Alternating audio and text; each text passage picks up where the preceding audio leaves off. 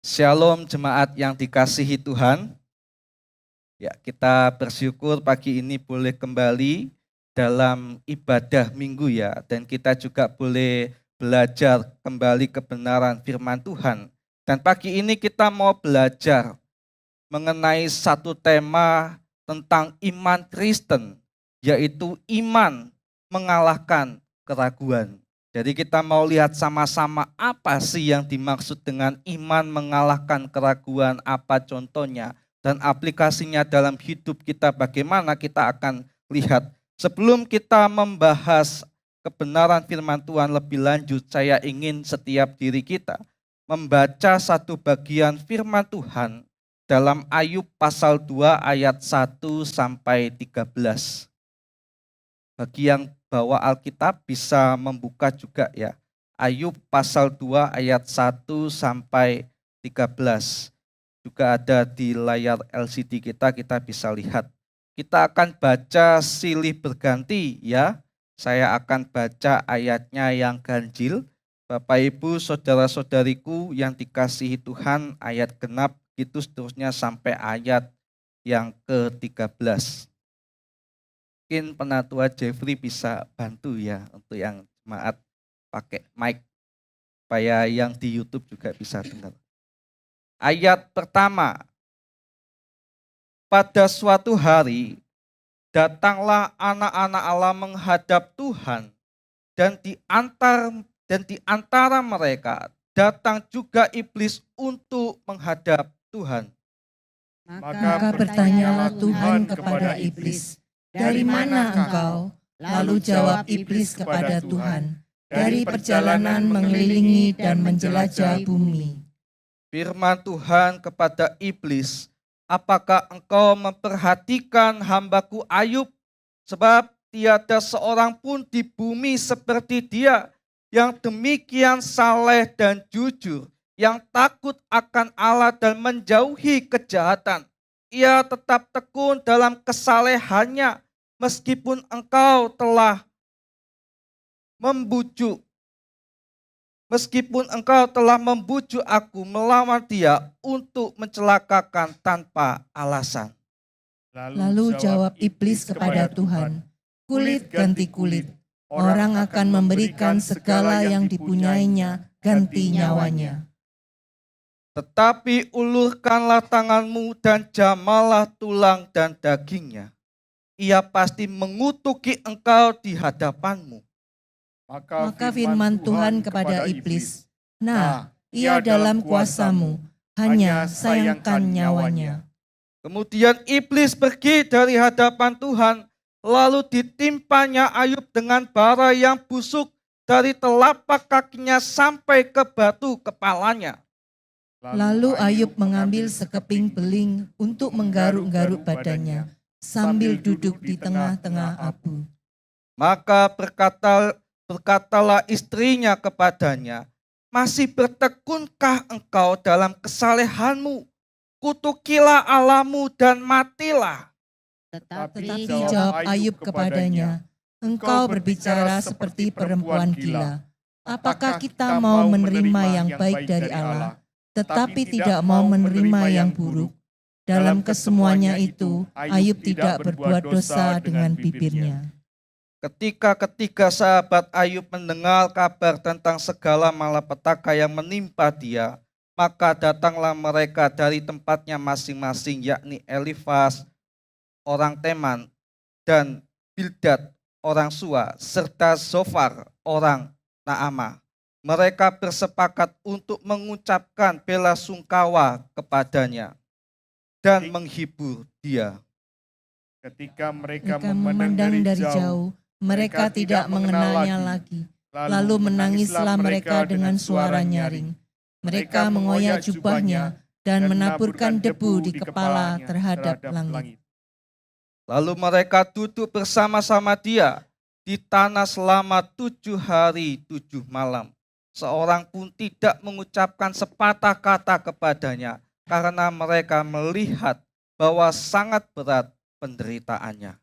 Kiranya kebenaran ini boleh menolong setiap diri kita. Kita tidak hanya membaca, merenungkan, tapi juga boleh melakukan dalam hidup kita sehari-hari.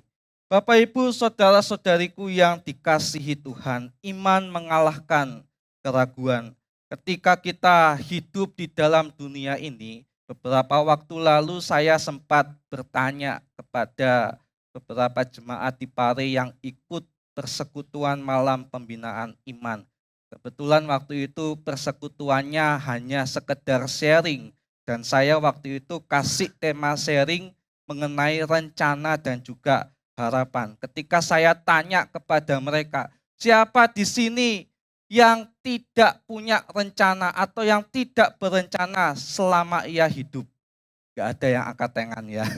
Ternyata semua orang selama masa hidupnya itu pernah membuat suatu rencana, satu harapan.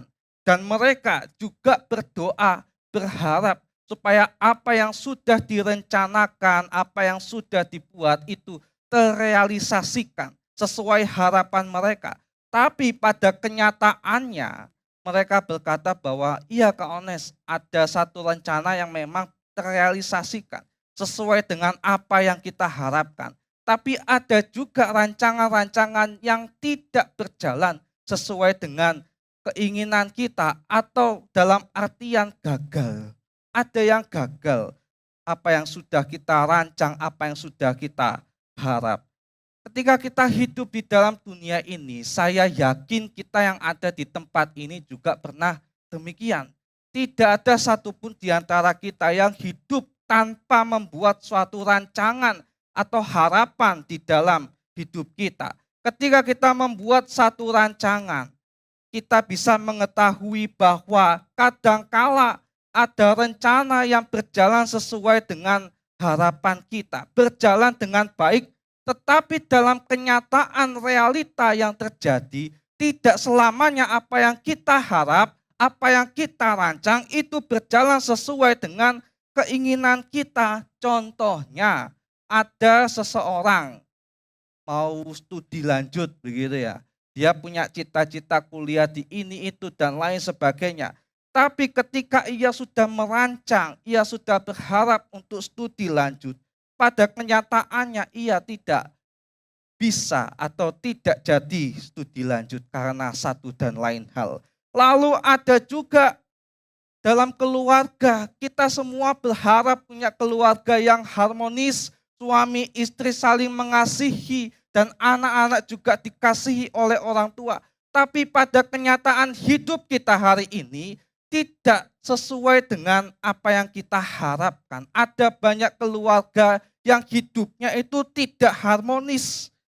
Ada banyak pertengkaran yang terjadi di dalam keluarga sehingga itu menimbulkan kebencian pada masing-masing pribadi dalam keluarga itu. Bahkan sampai parahnya ada yang berpisah satu dengan yang lain. Lalu ada juga dalam segi ekonomi, kita semua punya pekerjaan, kita semua punya usaha, kita berharap, kita punya rencana dalam usaha ekonomi yang kita jalani hari ini, semua bisa berjalan dengan lancar. Berkat Tuhan selalu mengalir, kita selalu diberkati Tuhan, tapi pada kenyataan hidup kita tidak selamanya demikian. Dalam usaha pekerjaan kita, kadangkala ekonomi kita turun karena satu dan lain hal. Apalagi beberapa waktu lalu kita mengalami yang namanya COVID-19, di mana itu mempengaruhi setiap aspek kehidupan kita, termasuk pekerjaan yang kita jalani, termasuk usaha yang sudah kita buat. Sehingga kita perlu usaha lagi untuk membangun, untuk meraup keuntungan sedikit demi sedikit seperti yang pernah kita lakukan sebelum pandemi COVID-19. Dan lain sebagainya, ada banyak rencana yang kita buat, yang kita harap, dan kita berdoa semua terjadi sesuai dengan keinginan kita. Tidak semua berjalan sesuai dengan keinginan kita pada kenyataannya. Beberapa orang di luar sana mungkin beranggapan bahwa tidak terlaksana rencana kita. Mungkin saja karena kita itu hidupnya kurang beruntung atau kurang hoki. Kurang hoki saja setiap diri kita. Tetapi kita sebagai orang percaya, tidak terlaksananya rancangan harapan kita di dalam hidup kita itu memiliki dua kemungkinan. Yang pertama, kita tahu bahwa Allah itu punya kedaulatannya. Dia dengan kedaulatannya bisa secara aktif tidak menghendaki terjadinya rencana kita. Karena ia memiliki plan atau rencana itu yang jauh lebih indah dari apa yang sudah kita rancang. Itu kemungkinan yang pertama kenapa kok rancangan kita, harapan kita tidak sesuai dengan ekspektasi kita, tidak terjadi sesuai dengan harapan kita. Lalu yang kedua, Allah itu adalah Allah yang berdaulat. Dia dengan kedaulatannya bisa secara pasif, yaitu memperbolehkan, bukan berarti penyebab utama. Segala sesuatu terjadi dalam hidup kita, termasuk gagalnya rencana yang sudah kita buat. Semua itu semata-mata untuk menguji seberapa besar iman kita kepada Dia. Ada loh yang seperti itu. Jadi kita punya rencana, kita berharap rencana kita sesuai dengan apa yang kita inginkan, berjalan mulus. Tetapi kadangkala Allah menggagalkan karena ia punya sesuatu yang lebih baik. Tapi ada juga momen di mana Allah itu pasif. Rencana kita gagal. Itu semata-mata hanya untuk menguji bagaimana kita punya iman kepada Dia atau tidak. Ketika kita tahu bahwa di dalam kegagalan-kegagalan yang kita alami, ada campur tangan Allah, baik itu langsung ataupun tidak. Seringkali respon yang muncul dari diri kita adalah kita itu sering menyalahkan Allah. Kita sering mudah kecewa. Kita sering mudah marah. Kenapa Allah engkau menggagalkan apa yang sudah aku harapkan? Mengapa engkau ikut ambil bagian dan menggagalkan setiap rencana-rencana dalam hidupku ini? Kita cenderung menyalahkan Allah, marah kepada Allah. Bahkan sampai parahnya kita itu menuduh Allah sebagai pelaku utama atas ketidak terlaksananya rencana yang sudah kita buat. Inilah satu pergumulan kita Bapak Ibu saudara-saudariku yang dikasihi Tuhan. Bahkan ketika ia sudah tahu Allah itu ikut ambil bagian dalam kehidupannya, sehingga orang tersebut bisa-bisa dia itu sudah tidak mau lagi percaya dengan Allah. Bahkan dia itu punya keraguan kepada Allah. Betul enggak dia ini Allah yang baik? Kalau dia Allah yang baik, kenapa dalam setiap aspek kehidupanku ada kegagalan-kegagalan yang aku alami? Ada rancangan harapan yang tidak terlaksana sesuai dengan keinginanku. Kira-kira kalau kita telusuri dalam kehidupan kita sehari-hari, pernahkah kita mendapati orang yang demikian? Atau jangan-jangan diri kita sendiri, apakah diri kita pernah demikian? Kecewa dengan Tuhan, marah, bahkan menyalahkan karena kegagalan yang kita alami dalam aspek kehidupan kita. Kalau kita pernah mengalami, mari kita sama-sama mengakui itu di hadapan Tuhan. Mari kita bertobat karena Allah sejatinya tidak jahat, tidak buruk untuk kehidupan setiap diri kita.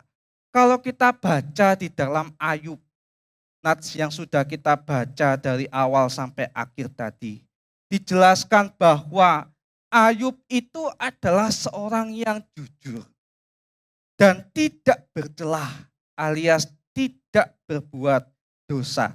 Ia adalah orang yang takut akan Tuhan dan sering menjauhi dosa. Ketika kita melihat catatan tentang Ayub pada bagian ini, memang Alkitab tidak secara detail menjabarkan siapa itu Ayub. Beberapa orang hanya berspekulasi bahwa Ayub itu hidup pada zaman patriark. Nah, zaman patriark ini adalah zaman di mana laki-laki itu mendominasi, yaitu seperti Abraham ya. Jadi ada kemungkinan Ayub ini hidup di zaman yang sama dengan Abraham, Ishak dan juga Yakub. Bukti bahwa ia hidup pada zaman itu adalah Israel atau Yerusalem pada waktu itu tidak pernah disebutkan. Dan kitab Ayub juga tidak ditulis punya relasi dengan Musa, 10 perintah Allah, dan sejarah-sejarah yang sudah ditulis oleh Musa. Kalau kita lihat di pasal sebelumnya yaitu pasal 1, dijelaskan bahwa Ayub itu memiliki banyak harta dan memegang kendali atas hartanya seperti budak dan juga ternak. Jadi hartanya Ayub itu hanya budak dan juga ternak. Kekayaan yang dimiliki oleh Ayub itu semua berasal dari ternak ya. Kalau Abraham kan beda lagi kekayaannya. Tapi kalau Ayub pada bagian ini kekayaannya berasal dari ternak-ternak yang ia miliki. Ayub juga memiliki keluarga. Ia punya istri, punya anak. Lalu di dalam keluarganya Ayub juga berperan sebagai seorang imam. Nah, kedua hal ini bisa menjadi bukti bahwa Ayub itu hidup sejaman dengan Abraham, Ishak dan juga Yakub.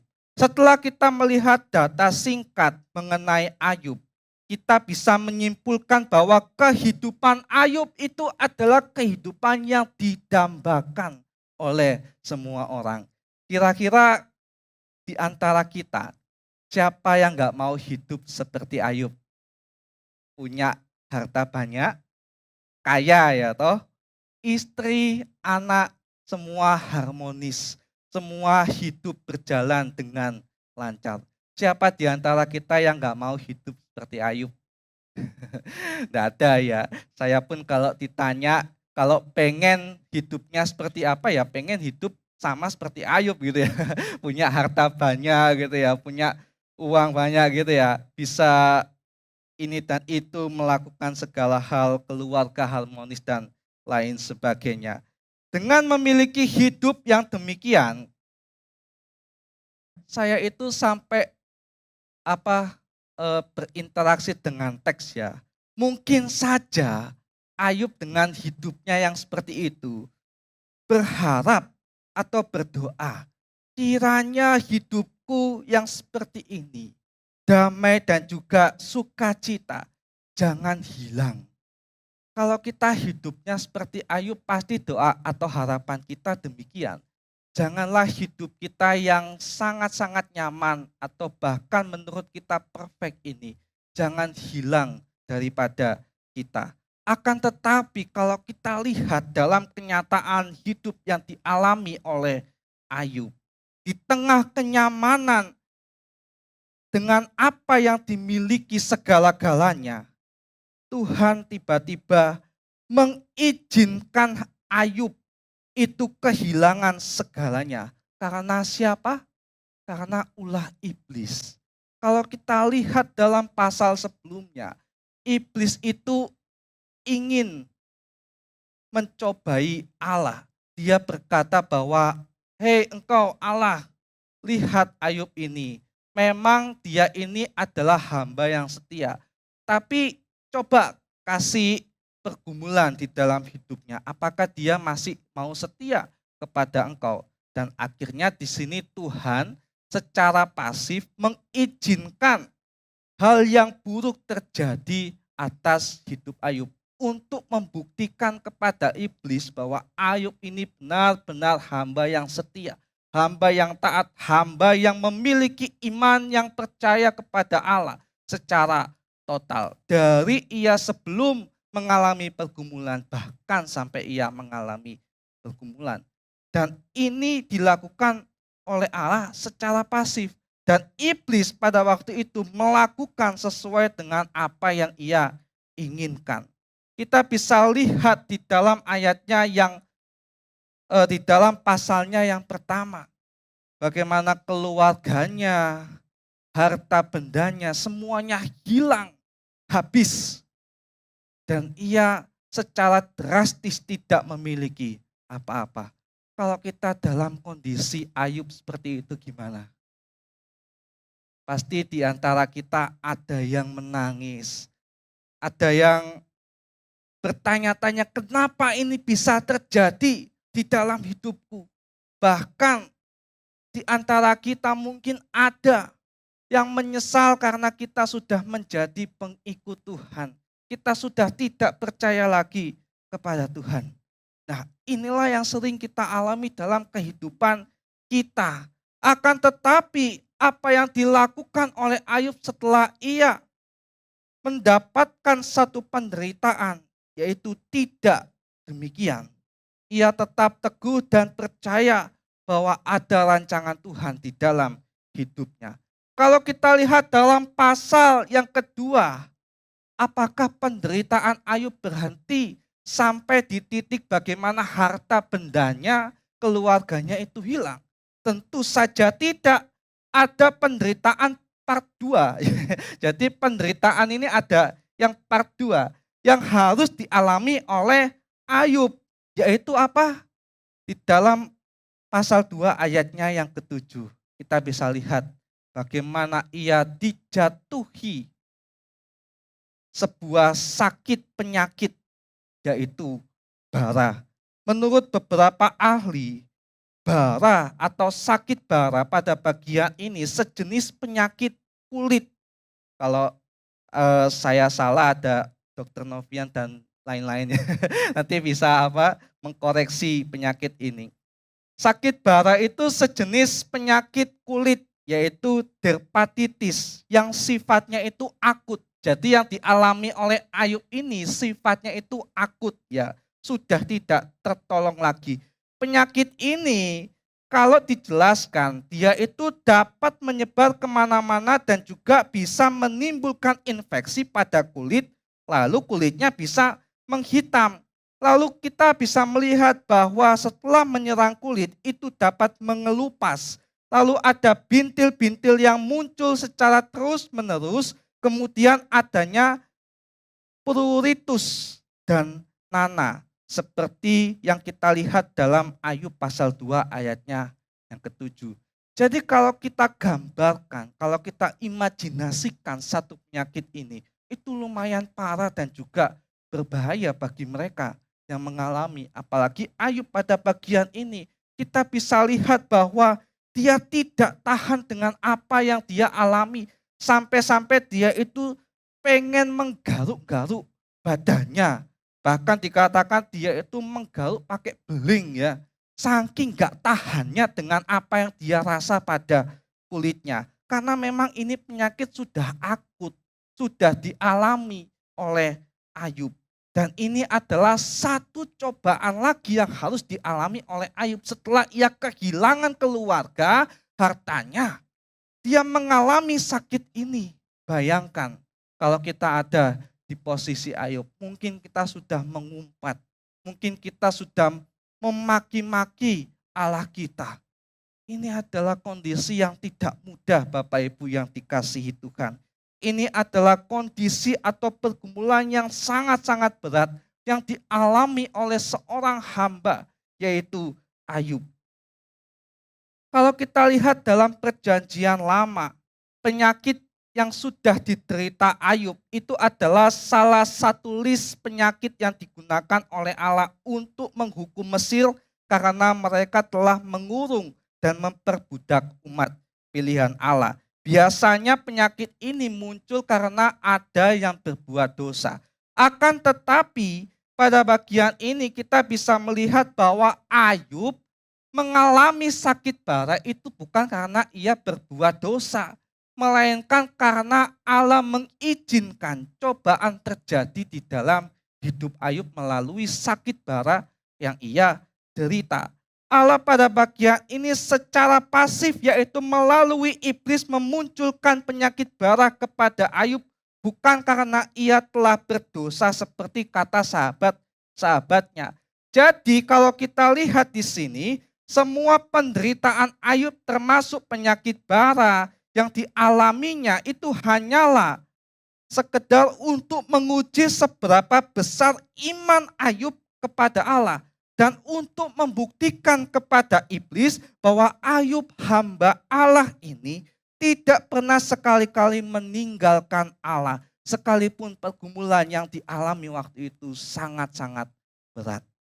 Kalau kita bertanya-tanya mengenai apa yang sudah kita bahas ini, apakah betul Ayub itu tidak marah kepada Tuhan? Apakah betul Ayub itu masih beriman kepada Tuhan dan tidak sedikit pun ragu kepada kedaulatan Tuhan? Kalau kita lihat di dalam Ayub pasal 1 ayat 20 sampai 2 dan juga Ayub pasal 2 ayat 9 sampai 10. Coba kita lihat ya. Ayub pasal 2 ayat 20 sampai 22. Kita baca sama-sama ayat ini ya. Ayub pasal 1, 20 sampai 22. 1, 2, 3. Dan mencukur kepalanya. Kemudian sujudlah ia dan menyembah. Katanya, dengan telanjang aku keluar dari kandungan ibuku. Dengan telanjang juga aku akan kembali ke dalamnya. Tuhan yang memberi, Tuhan yang mengambil. Terpujilah nama Tuhan. Oke. Ini adalah satu momen di mana Ayub ketika mengalami pergumulan, ia tidak marah kepada Tuhan. Ia tidak meninggalkan ataupun ragu kepada kedaulatan Tuhan. Kita bisa melihat melalui kata-kata yang diucap oleh Ayub. Ayub ketika memiliki harta banyak, punya keluarga yang begitu harmonis, tiba-tiba semua hilang. Dia berkata bahwa aku keluar dari kandungan ibuku. Apa yang aku miliki itu semua berasal dari Tuhan. Sehingga ketika Tuhan mau mengambil apa yang dia miliki, dia memberikannya. Inilah satu teladan yang diberikan Ayub kepada setiap diri kita. Lalu kita coba lihat satu lagi, bukti bagaimana Ayub itu teguh di dalam imannya kepada Tuhan, sekalipun ia punya pergumulan yang sangat-sangat berat. Di dalam pasalnya yang kedua ayatnya yang 9 sampai 10. Kita baca lagi sama-sama ya. Pasal 2 ayat 9 sampai 10. 1, 2, 3. Maka berkatalah istrinya kepadanya, masih bertekunkah engkau dalam kesalehanmu? Kutukilah Allahmu dan matilah. Tetapi jawab Ayub kepadanya, engkau berbicara seperti perempuan gila. Apakah kita mau menerima yang baik dari Allah, tetapi tidak mau menerima yang buruk? Dalam kesemuanya itu, Ayub tidak berbuat dosa dengan bibirnya. Apakah Ayub di sini berbuat dosa setelah ia mengalami penderitaan yang kedua? Penderitaan part 2? Tentu tidak ya. Ayub masih sama seperti yang ada di dalam pasal 1. Sekalipun ia menderita karena sakit yang dia alami, ia tidak mengumpat kepada Tuhan. Istrinya pada bagian ini sudah jengkel. Kutuklah Allahmu itu wis gak sayang sama kamu. Marahlah, jangan percaya lagi. Tapi di sini respon Ayub adalah, hei kamu itu ngomong seperti orang gila, seperti perempuan gila. Apakah kamu hanya mau menerima yang baik-baik saja, tapi kamu gak mau menerima yang buruk dari Allah? Inilah satu teladan bagaimana Ayub bisa teguh di dalam imannya. Kadangkala kita manusia seperti itu ya. Kita dalam hidup ini hanya mau hidup kita itu mengalami yang namanya kemulusan hari demi hari. Tidak ada kendala sedikit pun yang harus kita alami. Tapi kita hidup gak bisa seperti itu. Kita gak bisa ngatur seenak diri kita bagaimana kita itu hidup. kita ini ada dalam kendalinya Tuhan. Allah berdaulat atas kehidupan setiap diri kita. Sehingga ketika kita hidup, hendaklah kita menyerahkan hidup kita sepenuhnya ke dalam tangan kuasa-Nya, kepada Ia yang berdaulat atas kehidupan kita. Sebab kita tahu bahwa hidup kita tidak selamanya berjalan dengan lancar. Ada masa di mana kita itu naik, di mana kita itu turun mengalami pergumulan yang sangat-sangat berat. Ketika kita mengalami itu, mari kita itu ikut teladan Ayub. Jangan sekali-kali kita itu tidak beriman. Kita itu marah kepada Tuhan. Atau bahkan meninggalkan dan juga ragu kepada Tuhan. Biarlah kita menghilangkan sifat-sifat itu dari dalam diri kita. Mari kita ikut apa yang sudah Ayub lakukan di dalam hidupnya. Secara akal manusia kalau kita mau lihat kehidupan Ayub, kalau Ayub hidupnya seperti itu, kira-kira pantas enggak ia mengumpat kepada Tuhan? Pantas enggak dia itu ragu kepada Tuhan? Kira-kira pantas enggak dengan apa yang dialami? Harusnya pantas ya. Dia dari hidup yang seperti itu, memiliki banyak hal, lalu tiba-tiba ia hidup secara drastis dalam kesulitan, dalam kesusahan. Secara manusia harusnya dia pantas untuk marah kepada Tuhan. Ini secara manusiawi ya. Tapi kalau kita lihat pada bagian ini, ia tidak melakukan itu di dalam hidupnya. Dia tidak ragu, dia tidak marah kepada Tuhan, bahkan ia tidak meninggalkan Tuhan karena penderitaan yang dialami. Akan tetapi kita bisa melihat sebaliknya bahwa ia justru makin percaya, makin beriman kepada Tuhan. Ayub dalam bagian ini tetap teguh dalam imannya kepada Allah, sebab ia itu sadar bahwa segala sesuatu yang ia punya itu hanya titipan atau berkat sesaat yang Allah beri bagi dirinya. Oleh sebab itu ia tidak menggenggam terlalu erat, sehingga ketika semua hilang atau diambil lagi oleh Tuhan, ia tidak berduka dalam waktu yang lama atau justru menyalahkan Allah. Kita sebagai manusia harusnya demikian. Kita tahu apa yang kita punya hari ini, keluarga, harta semua, dan lain sebagainya, itu hanyalah berkat sesaat yang Allah beri bagi kita di dalam dunia ini. Untuk itu jangan kita itu menggenggam terlalu erat. Sebab kalau kita menggenggam terlalu erat, kalau itu hilang, akan ada kekecewaan yang muncul dari dalam diri kita. Selain itu, Ayub juga tahu bahwa yang paling berharga bagi diri Ayub adalah ketika ia memiliki Allah yang berdaulat. Kita bisa lihat di sini bahwa yang terpenting bukan keluarga, enggak penting ya. Yang terpenting bukan soalan dunia, tetapi bagaimana ia boleh memiliki Allah yang berdaulat. Ayub percaya bahwa dalam pergumulan yang dialami, Allah itu punya rencana bagi dirinya. Hal ini terbukti ketika Allah memulihkan segala kondisinya. Kita coba lihat Ayub pasal 42 ayat 10.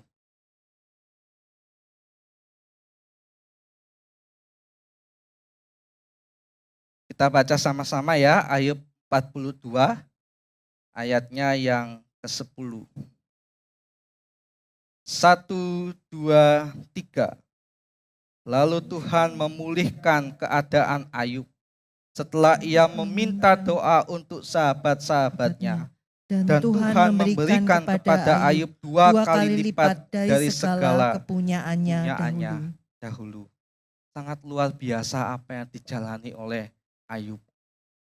Imannya kepada Tuhan begitu besar. Ia tidak takut kehilangan. Ia tidak takut menderita ketika ia hidup di dalam dunia ini.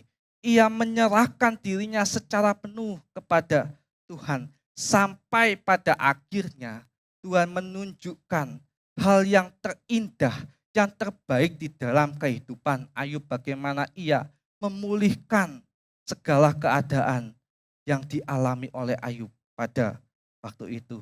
Inilah satu kekuatan, satu momen yang baik yang dialami oleh Ayub. Kita bisa melihat bahwa Ayub ini adalah the real contoh manusia yang memiliki iman yang dapat mengalahkan keraguan dalam hidupnya karena pergumulan dan juga penderitaan yang dia alami. Kalau kita menderita, mungkin ada keraguan yang muncul dalam diri kita kepada Allah. Tapi di sini iman Ayub justru mengalahkan keraguan yang mungkin bisa saja muncul di dalam dirinya pada waktu itu. Diri kita hari ini kadangkala kurang bisa bersikap seperti Ayub dalam menghadapi pergumulan kita. Karena kegagalan harapan dan juga rencana kita. Saya sering mendengar orang itu mengungkapkan harapan atau rencananya dalam hidupnya. Dan saya juga sering melihat apa yang diucap, yang sudah didoakan, itu terjadi sesuai dengan yang diharapkan. Tapi ada juga yang gak terjadi sesuai apa yang diharapkan. Sehingga ketika itu tidak terjadi, orang itu lebih memilih meninggalkan Tuhan. Lebih memilih meragukan imannya. Karena satu momen bagaimana ia mengalami kegagalan dalam rencana yang sudah ia buat di dalam hidupnya. Singkat cerita kita bisa melihatlah kehidupan kita hari ini. Bagaimana ada banyak rancangan yang kita buat, tidak melulu apa yang kita buat sesuai dengan kehendak kita. Tapi biarlah kita boleh menyerahkan semuanya itu ke dalam tangan Tuhan. Biarlah Allah yang berdaulat ini saja, yang boleh berkuasa, yang boleh menjalankan rancangan-rancangan yang terbaik dalam kehidupan kita. Sekalipun ada kegagalan, ada ketidakenaan dalam hidup kita yang kita alami, yakinlah bahwa semua ada di dalam satu rancangan Tuhan. Semua sudah disusun oleh Allah sedemikian rupa. Kalaupun dalam kegagalan, rencana dan harapan kita, dan apa yang sudah kita rancang, itu tidak ada satupun yang terjadi dalam hidup kita. Seperti kondisi yang dialami oleh Ayub. At least kita masih punya satu penghiburan. Bagaimana ia, Allah yang berkuasa, telah mengirim putra tunggalnya yaitu Kristus Yesus untuk menyelamatkan setiap diri kita. Sehingga ketika kita sudah tahu demikian, perkara dunia itu sudah bukan masalah lagi bagi diri kita. Hendaklah hidup kita hari ini seperti Ayub, di mana ia sudah memberi teladan bagaimana ia harus hidup punya iman yang teguh di hadapan Tuhan. Tidak sekali-kali meninggalkan Tuhan, sekalipun apa yang dialami sangat-sangat berat. Kalau kita lihat, berat loh apa yang dialami oleh Ayub. Mungkin ini hanya sekedar cerita bagi setiap diri kita. Tapi kalau kita lihat, ini adalah kenyataan yang dulu pernah dialami oleh Ayub.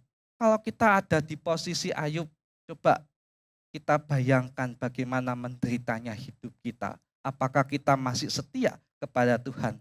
Jangankan ada di posisi Ayub, posisi kita hari ini loh, kadangkala masih ada keraguan dalam hidup kita tentang Allah. Tapi biarlah melalui apa yang sudah dijelaskan pagi ini, keraguan itu boleh hilang dan justru iman kita kepada Tuhan hari demi hari makin bertumbuh. Percayalah Allah berdaulat dalam hidup kita. Ia memegang kendali atas hidup kita, termasuk masa depan yang akan kita jalani. Tuhan boleh menolong dan memberkati kita. Amin.